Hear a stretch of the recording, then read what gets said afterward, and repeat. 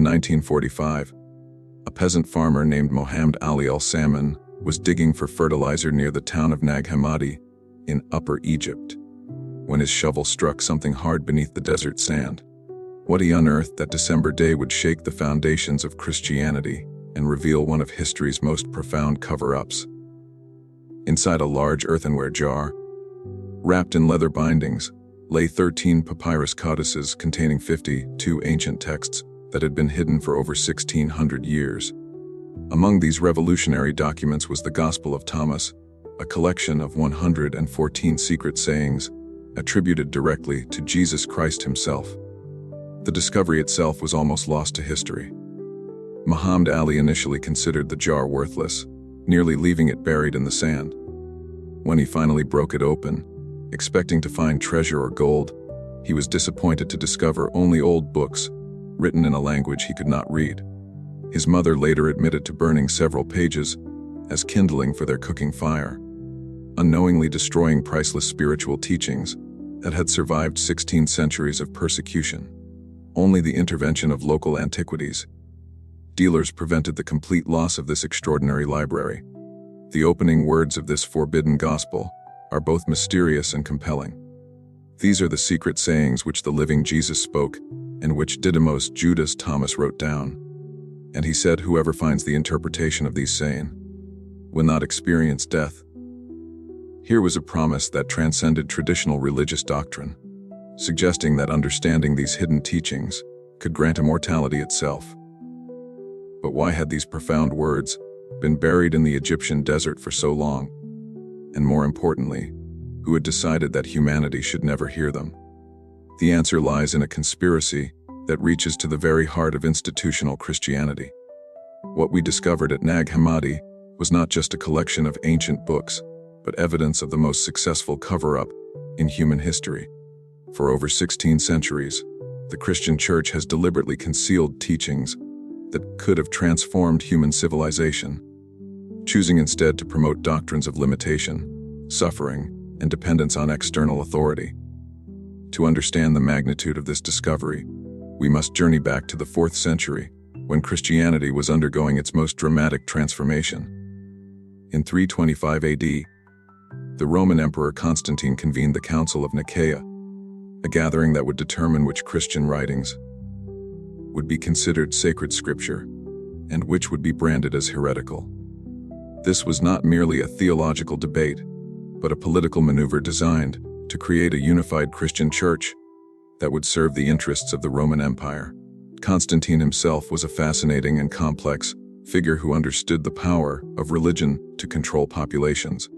He had spent years watching Christianity spread like wildfire throughout his empire, threatening the traditional Roman religious structure that had maintained social order for centuries.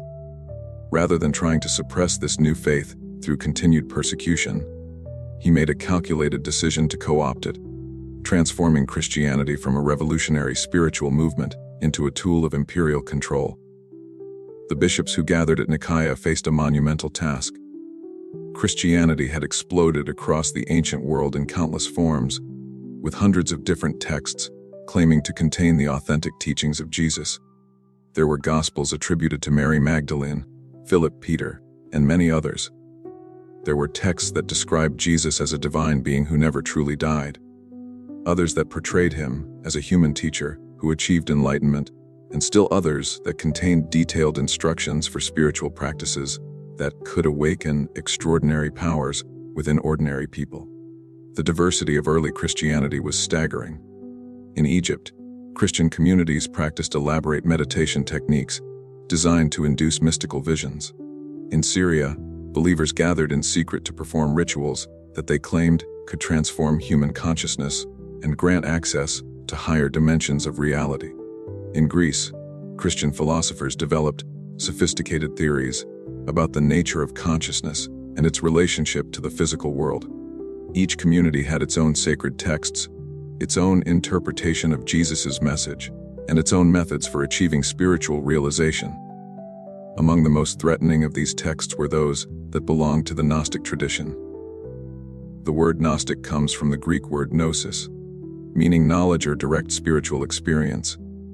Unlike Orthodox Christianity, which emphasized faith and obedience to church authority, Gnosticism taught that salvation came through direct personal knowledge of the divine nature that already existed within each human being. This was revolutionary thinking that posed a direct threat to the emerging institutional church. The Gnostic communities possessed a sophisticated understanding of consciousness and its creative power that far exceeded anything taught in mainstream religious circles today. They practiced techniques for expanding awareness, methods for accessing what they called the divine spark within, and rituals designed to awaken dormant spiritual abilities. Most importantly, they maintained that every human being possessed the same essential divine nature as Jesus himself, and that through proper understanding and practice, anyone could achieve the same level of spiritual realization. The Gnostic texts contained teachings that suggested every person had the potential to achieve the same level of spiritual realization as Jesus himself. They spoke of the kingdom of heaven, not as a distant realm to be reached after death, but as a state of consciousness that could be accessed immediately through proper understanding. Most dangerously of all, they implied that external religious authorities were unnecessary for spiritual development, since the divine spark already resided within each individual soul. These teachings included specific instructions for what we might today call consciousness expansion techniques. The Gnostics had developed methods for quieting the mind, expanding awareness beyond the boundaries of ordinary thinking, and accessing states of consciousness that revealed the fundamental unity underlying all apparent diversity. They taught that by learning to work directly with awareness itself, individuals could transcend the limitations of physical existence and manifest their deepest desires in the material world. Constantine and his bishops understood that such teachings would make it impossible to create the centralized religious authority they desperately needed. How could they control a population that believed it could access divine truth directly, without the mediation of priests or bishops? How could they maintain religious hierarchy if everyone was taught, possessed the same divine essence as Christ? How could they collect tithes and maintain elaborate church structures? If people learned that the kingdom of heaven was already present within their own consciousness? The answer was simple but brutal. These texts had to be eliminated, and the people who taught them had to be silenced. The Council of Nicaea marked the beginning of a systematic campaign to eradicate alternative forms of Christianity and replace them with a single orthodox narrative that would serve the political needs of the Roman Empire. The Council of Nicaea systematically excluded dozens of early Christian writings from what would become the official biblical canon. Scholars estimate that at least 45 books that were widely read and revered by early Christian communities were declared heretical and ordered destroyed. Among these lost texts were detailed accounts of Jesus's private teachings to his closest disciples, instructions for advanced spiritual practices, and most significantly, explanations of how human consciousness could be transformed to manifest divine power in the physical world. The selection process was not based on historical accuracy or spiritual value, but on political utility. Texts that encouraged individual spiritual development were rejected in favor that emphasized the need for institutional mediation. Writings that described Jesus as a wisdom teacher were suppressed in favor of narratives that portrayed him as a unique savior, whose abilities could never be duplicated by ordinary humans. Most importantly, any text that suggested human beings possessed inherent divine power was eliminated from the official canon. The suppression was remarkably thorough and ruthlessly enforced. Throughout the Roman Empire, Gnostic texts were burned, their owners persecuted, and their teachings driven underground. Imperial soldiers raided private libraries, searching for forbidden books. Christian bishops issued death threats against anyone caught possessing heretical writings. Entire communities of alternative Christians were forced to flee into the desert or face execution. Within a few generations, most Christians had no idea that these alternative gospels had ever existed. The rich diversity of early Christianity was replaced by a single orthodox narrative that emphasized human sinfulness, the need for salvation through church sacraments, and obedience to religious authority. The revolutionary spiritual techniques that had once empowered ordinary people to access extraordinary states of consciousness were forgotten, replaced by rituals designed to reinforce dependence on external religious institutions. But some believers refused to let these precious teachings disappear entirely. In the deserts of Egypt, monks and scholars carefully copied the forbidden texts and hid them away, hoping that future generations might someday be ready to receive this suppressed wisdom. These brave individuals risked their lives to preserve knowledge that they understood could transform human civilization if it ever came to light again. The library discovered at Nag Hammadi represents one of these secret repositories, a time capsule containing the authentic voice of early Christianity that the institutional church had tried so desperately to silence. The monks who buried these texts sometime in the 4th century were not preserving mere historical curiosities, but practical manuals for spiritual development that contained the keys to unlocking human potential. The implications of this historical suppression extend far beyond academic theology. For over 16 centuries, Western civilization developed without access to teachings that could have fundamentally transformed our understanding of human potential. Instead of learning that we possess inherent divine power, we were taught that we are fundamentally flawed beings dependent on external salvation.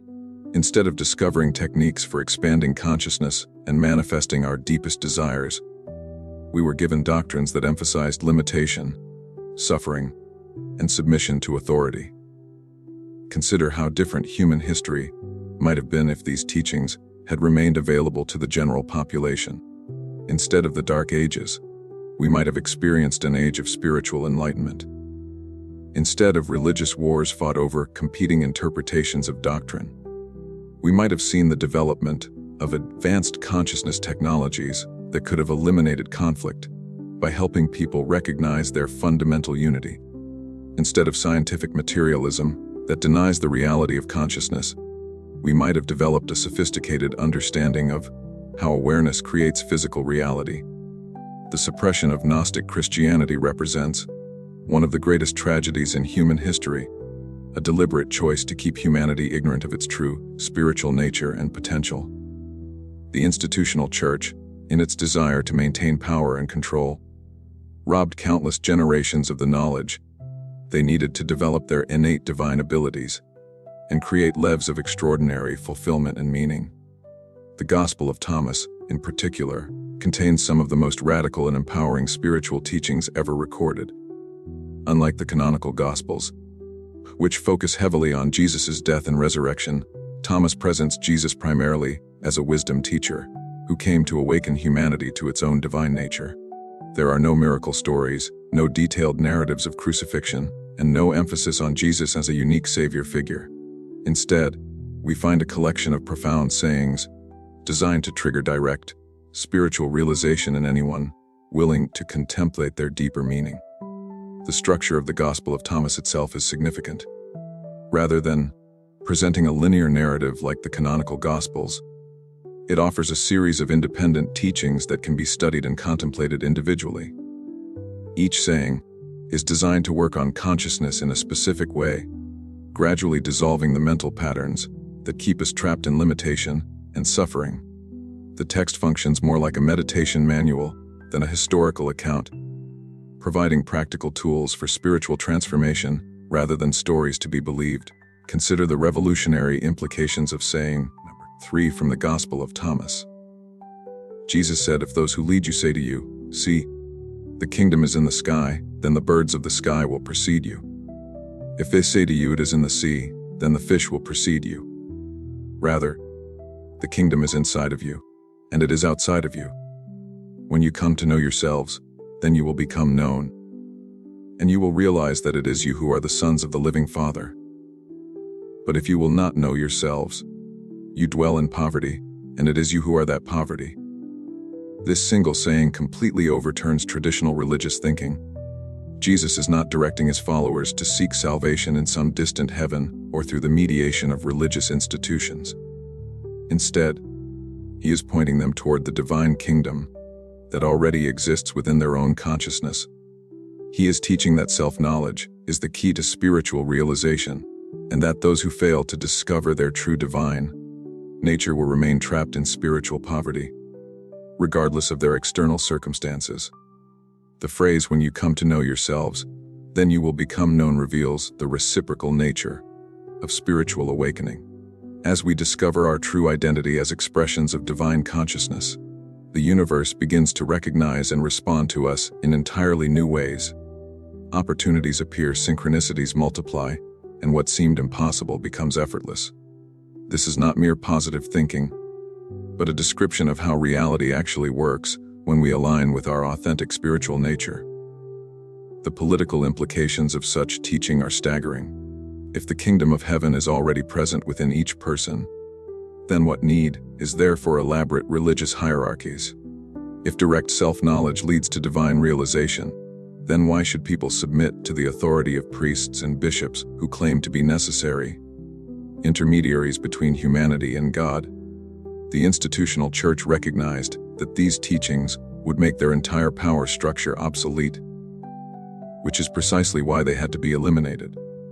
The suppression of the Gnostic Gospels represents one of history's most successful cover-ups, but its effects continue to shape our world today.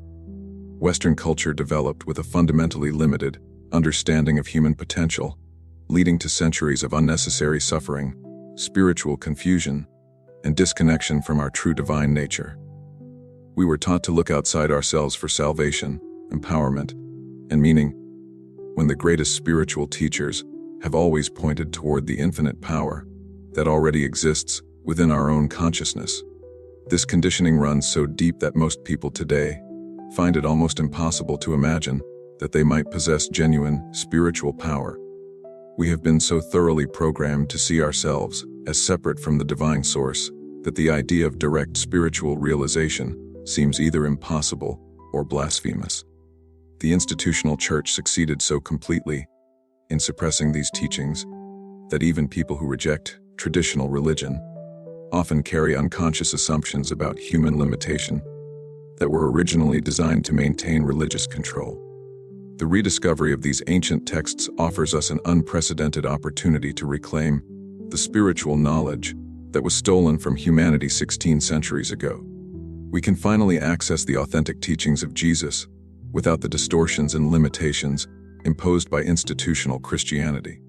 We can learn the secret techniques for consciousness expansion that were practiced by the earliest Christian mystics. Most importantly, we can begin to understand and develop the divine powers that lie dormant within our own minds. The Gospel of Thomas and the other Nag Hammadi texts are not merely historical curiosities. They are practical manuals for spiritual development that contain specific instructions for awakening abilities that most people consider impossible. They teach that consciousness is the fundamental creative force in the universe, and that by understanding and directing this force properly, we can literally reshape our reality according to our highest vision. This brings us to the heart of what Jesus was actually teaching his closest disciples in private. While the public parables spoke in metaphors and symbols, the secret sayings reveal the direct mechanics of spiritual power. They explain how consciousness creates physical reality, how to transcend the limitations of ordinary thinking, and how to access the infinite creative potential that is our birthright as divine beings. The secret teachings contained in the Gospel of Thomas reveal that Jesus understood consciousness to be the fundamental substance from which all of physical reality emerges. This is not a metaphorical or symbolic teaching, but a precise description of how the universe actually works.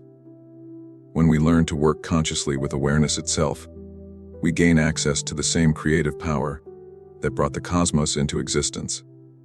Now that we understand the historical context of why these teachings were hidden, we can begin to explore their practical applications for modern seekers who are ready to reclaim their spiritual inheritance. The time has come to move beyond the limitations imposed by institutional religion and discover for ourselves the magnificent truth of what we really are. The secret teachings of Jesus contained in the Gospel of Thomas reveal a radically different understanding of human potential than what most people learned in traditional religious settings. Rather than presenting Jesus as a unique divine figure whose abilities were impossible for ordinary humans to develop. These hidden sayings suggest that Christ consciousness is a state of awareness that anyone can achieve through proper understanding and practice.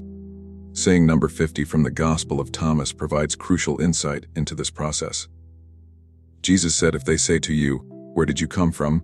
say to them, 'We came from the light,' the place where the light came into being on its own accord and established itself and became manifest through their image.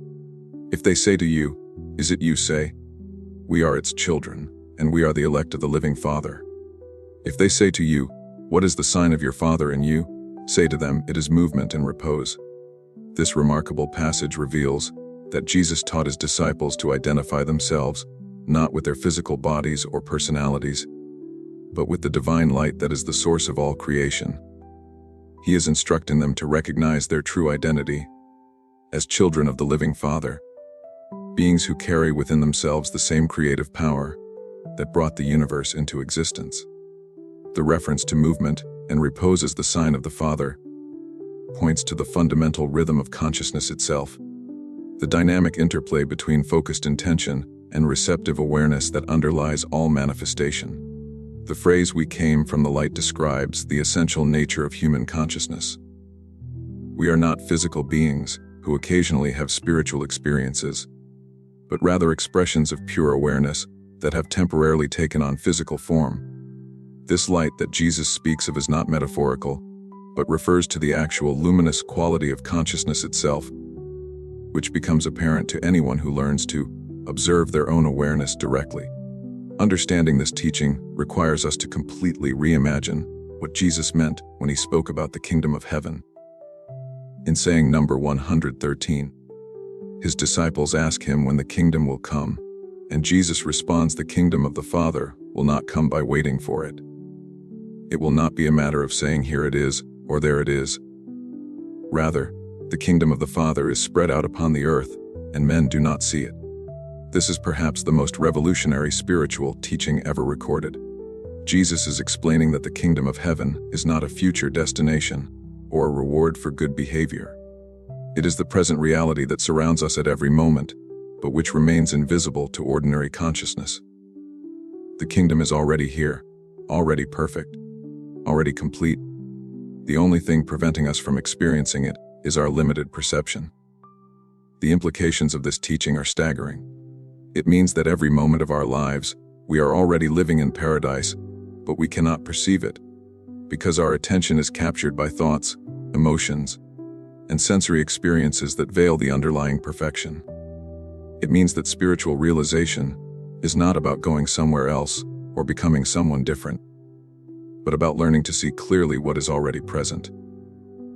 This understanding transforms everything we thought we knew about spiritual development. Instead of trying to earn our way into heaven through good deeds or religious observance, we simply need to expand our awareness to perceive the divine reality that is already present.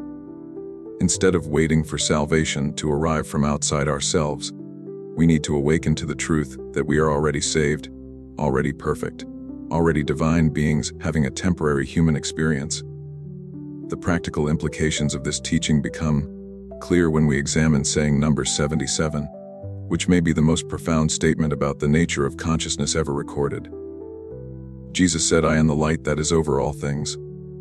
I am all, from me all came forth, and to me all attained. Split a piece of wood, I am there. Lift up the stone, and you will find me there." Here Jesus is revealing the fundamental unity that underlies all apparent diversity. He is not claiming to be uniquely divine, but rather pointing to the divine consciousness that pervades everything in existence. When he says, "I am the light that is over all things," he is describing the universal awareness that is the true self of every being. When he says, "From me all came forth," he is explaining that all of physical reality emerges from consciousness itself. Most importantly, when Jesus says, "Split a piece of wood, I am there. Lift up the stone, and you will find me there," he is teaching that divine consciousness is not separate from the material world, but is actually the invisible substance from which all matter is formed. This means that by learning to work consciously with awareness itself, we can directly influence and reshape physical reality. This is the secret of what religious traditions have called miracles. They are not supernatural violations of natural law, but rather natural expressions of consciousness operating at levels that most people have forgotten how to access. When Jesus walked on water, healed the sick, or multiplied loaves and fishes, he was demonstrating the creative power that becomes available when human consciousness aligns with its divine source. The Gospel of Thomas contains specific instructions for developing this kind of expanded awareness. Saying number 27 teaches, if you do not fast from the world, you will not find the kingdom. If you do not observe the Sabbath as a Sabbath, you will not see the Father. This is not referring to physical fasting or ritual observance, but to the mental discipline of withdrawing attention from external distractions and turning it inward, toward the source of consciousness itself. Fasting from the world means learning to detach from the constant stream of thoughts, emotions, and sensory experiences that normally capture our attention. It means developing the ability to rest in pure awareness without being pulled into identification with the contents of consciousness. This is not about rejecting the world or becoming antisocial, but about maintaining inner freedom, regardless of external circumstances. Observing the Sabbath as a Sabbath refers to regularly setting aside time for this inner work, creating space for the mind to settle into its natural state of peaceful clarity. This practice allows consciousness to return to its source and remember its true nature, as the creative principle underlying all existence.